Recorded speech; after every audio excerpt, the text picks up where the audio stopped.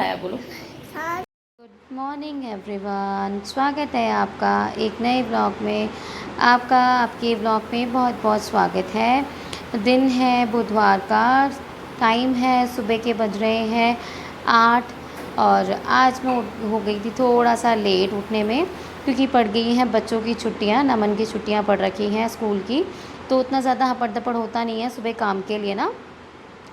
तो यहाँ मैं वेदांत के पापा ने वेदांत को नहला दिया है और मैं नहला। हाँ जी वेदांत बोल दो, हाँ जी बोल दो। हाँ पापा ने नहलाया बोलो। पापा ने नहलाया बच्चों।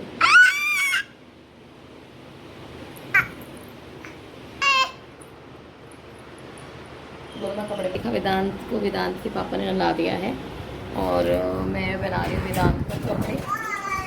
वेदांत के कपड़े निकाल लेती हूँ अलमारी में से। और मेरी अलमारी भी बहुत ख़राब हो रही है, डेली कपड़े निकलते हैं तो वो फैल जाते हैं बहुत ज़्यादा। और आज मैं लंच में इनके टिफ़िन में पालक के पराठे बनाने वाली हूँ। बोलो।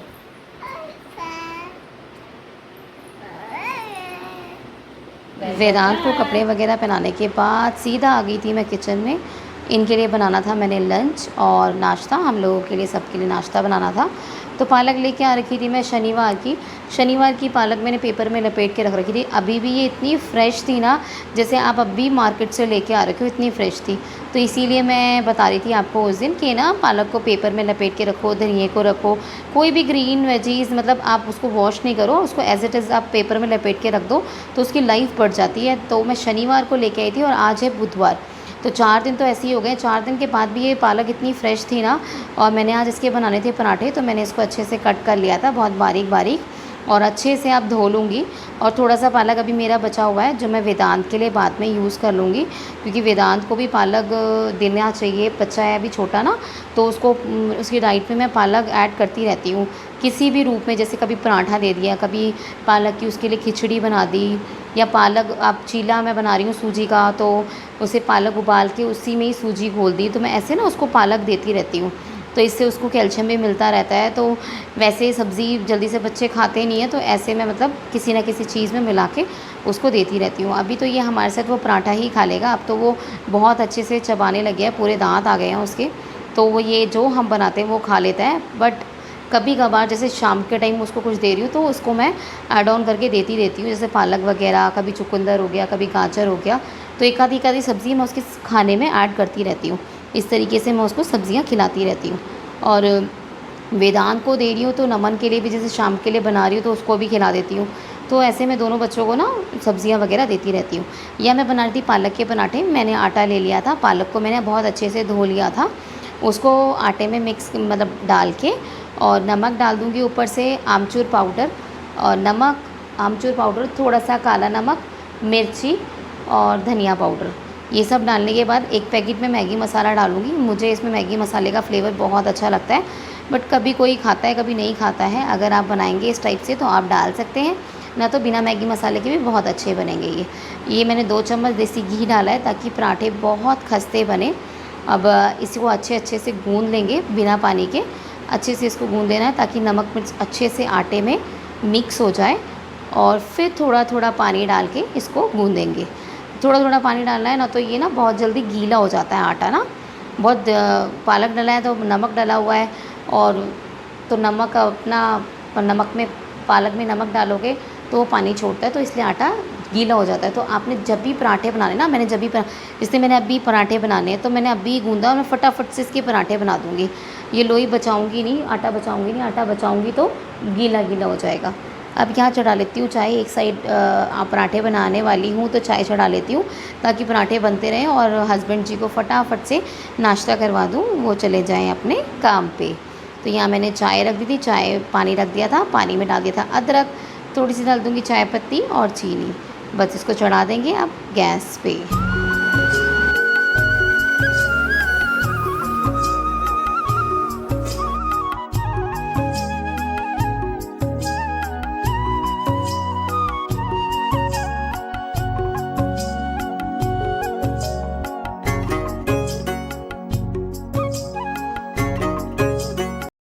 अब मैं रोटी के डब्बे में बिछा लूँगी बटर पेपर क्योंकि पराठे बन रहे हैं, अगर रोटी का पोना बिछाऊँगी तो वो बहुत ज़्यादा चिपचिपा हो जाता है।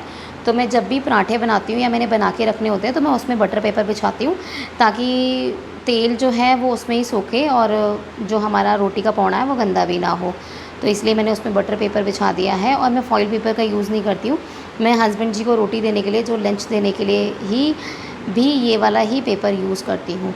बस अब ये बन रहे थे, मैंने तिकोने वाले पराठे बनाए थे, वहाँ एक साइड मेरी चाय भी उबल गई थी, उसमें मैंने दूध डाल दिया था। अब पराठे बनाऊँगी फटाफट से, हस्बैंड जी को दे दूँगी क्योंकि हस्बैंड जी ने नहा धो लिया था और उन्होंने पूजा पाठ भी कर ली थी। यहाँ मेरे पराठे भी सिक गए थे, चाय में आ गया था उबाल, तो अब चाय छान लेंगे और पराठों में अच्छे से लगा देंगे घी।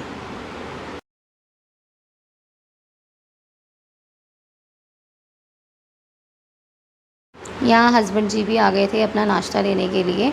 मैं नाश्ता बना रही थी तो फटाफट से वो भी लेने आ गए थे कि मतलब वो बना रही हैं तो मैं एक साइड ले लेता हूँ। मतलब हेल्प करते रहते हैं, किसी ना किसी रूप में ना हेल्प करते रहते हैं। जैसे मैं खाना बना रही हूँ तो फटाफट से आके डाल लेंगे, अपने लिए भी मेरे लिए भी। मेरे लिए भी चाय छान के लेके चले गए थे। अभी वो एक पराठा लेके गए थे, दूसरा पराठा मैं उनको दे दूँगी और उन्हीं के साथ बैठ के वेदांत भी खा लेता है सुबह नाश्ता। बहुत अच्छे से उनके साथ खा लेता है, खेलता रहता है और खाता रहता है आगे वाले कमरे में। और ये लेके जा रही थी, मैंने मक्खन के साथ ये वाले पराठे सर्व किए थे, बहुत टेस्टी बने थे। एक बार बना के ज़रूर ट्राई करना। इस तरीके से मतलब पालक भी खाया जाता है और स्वाद भी लगता है। बस आ गई थी वापस से है मैं किचन में। मेरा चूल्हा साफ़ हो गया है एंड इतना सा आटा रहता है गाइस, बस सारा आटा ख़त्म हो गया, बस एक लोई का आटा रहता है और कपड़े। तो इस तरीके से पूरा दिन बीत जाता है थोड़ा थोड़ा काम करते करते। बर्तनों का हो गया था ढेर, अब ये बर्तन मांज लेंगे। अभी घर का सारा काम रहता है, झाड़ू पोछा। कपड़े मैंने आज हाथ से धोने हैं क्योंकि कपड़े ज़्यादा थे नहीं। जिस दिन चादर वगैरह होती है उस दिन मैं मशीन लगाती हूँ, बाकी मैं और टाइम कपड़े हाथ से ही धोना ज़्यादा पसंद करती हूँ। इससे क्या होता है, शरीर की एक्सरसाइज भी हो जाती है नीचे बैठ के कपड़े धोना। और मुझे ना लगता है कि मशीन में ना ज़्यादा टाइम लगता है हाथ से। तो हाथ से तो फटाफट से कपड़े धुल जाते हैं, मशीन में हमें वेट करना होता है। पहले आप मशीन घूमने के लिए वेट करोगे, फिर कपड़े खंगालोगे, फिर ड्रायर के लिए वेट करोगे। तो मेरे को ऐसा लगता है ना मशीन में ज़्यादा देर लगती है। तो ज़्यादा कपड़े हैं तब आप धो सकते हो मशीन में। बाकी मतलब मैं ये सोचती हूँ, तो जैसे जिसको कंफर्टेबल है वो वैसा कर सकता है। बाकी मैं आप लोगों के साथ अपनी दिल की बात शेयर कर रही थी कि मतलब मैं ऐसे करती हूँ। या मेरी किचन हो गई थी साफ़, देखो बात करते करते किचन भी साफ़ हो गई है। किचन हो गई थी साफ़, आ गई थी मैं झाड़ू लगाने के लिए, रूम में आ गई थी।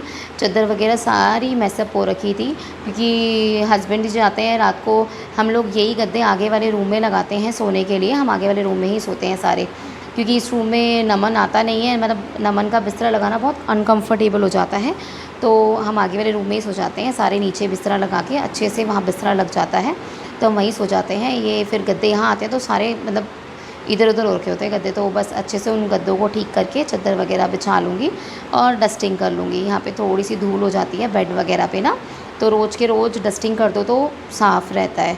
बस अब लगा लूँगी मैं झाड़ू। झाड़ू लगाने के बाद मैंने अभी पोछा भी माना है, और पोछा भी मैं मतलब वो वाला यूज़ नहीं करती अभी, है भी नहीं और यूज़ भी नहीं करती हूँ। बाकी मंगाया है मैंने दूसरा वाला जो प्लास्टिक का आता है, वो बहुत मतलब दिखाऊंगी, मैं आपको बता नहीं सकती हूँ वो कैसा वाला है, मुझे मतलब बताना नहीं आ रहा है अभी। जब आएगा तो मैं आपको दिखाऊंगी कि मैंने मंगा रखा है। यहाँ मैं आ गई थी कपड़े धोने के लिए। कपड़े धोने के बाद मैं पोछा लगाऊंगी, क्योंकि ये बाथरूम में से बाल्टी ले जाओ तो सारी गैलरी ना फिर पैरों के दाग दाग हो जाते हैं, वो चीज़ मेरे को अच्छी नहीं लगती है। तो इसीलिए पहले मैं कपड़े धो लूँगी, फिर मैं उसके बाद पोछा मार के एक बार फिर आके वाले रूम में बैठ जाती हूँ। तब तक मेरी गैलरी बहुत अच्छे से सूख जाती है। मुझे अच्छा नहीं लगता मैं पोछा लगा रही हूँ उसके ऊपर कोई चल रहा है या पैर के निशान हो रहे हैं, तो ना मेरे को ऐसा लगता है जैसे मेरी मेहनत ना बेकार हो गई है। तो इसीलिए पहले मैं कपड़े धो लूँगी, फिर उसके बाद मैं पोछा लगाऊँगी। तो ऐसे ही मेरा पूरा दिन ऐसे ही काम में निकल जाता है थोड़ा थोड़ा करके। बट लेट उठने के बाद भी मेरा टाइम से काम ख़त्म हो जाते हैं। जैसे आप मॉर्निंग में 4 बजे उठेंगे तभी 10 बजे तक काम ख़त्म हो जाते हैं। हार्डली मेरा ये टाइम 12 बजे मेरा काम ये ख़त्म हो गया था, सारा निपट गया था। मैं 7 बजे करीब उठी थी, और 1 घंटा तो खैर मेरे को भी चाहिए होता है फ्रेशन अप होने के लिए, ब्रश वगैरह करने के लिए, और थोड़ा सा फिर वॉक वगैरह भी करती हूँ मैं, तो मुझे भी थोड़ा टाइम चाहिए होता है। फिर नहाना धोना, उसके बाद ही सारा काम स्टार्ट होता है। तो यही बस ऐसे ही मेरा टाइम, मतलब मैं अपना टाइम मैनेज करती हूँ सारे काम करने के लिए।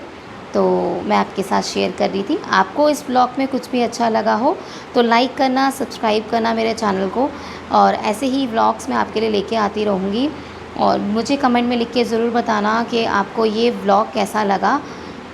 बस यहाँ लग रहा था मेरा पोछा, तो पोछा लगने के बाद एकदम नीट एंड क्लीन हो जाता है घर, इतना अच्छा लगता है। ये टाइल्स है ना, तो टाइल्स पे कुछ भी गिरता है तो एकदम दाग लग जाते हैं और वो बहुत गंदे से लगते हैं। तो पोछा लगाने में भी टाइम लगता है, हाथ से बहुत अच्छे अच्छे से एकदम रगड़ रगड़ के साफ़ करना होता है।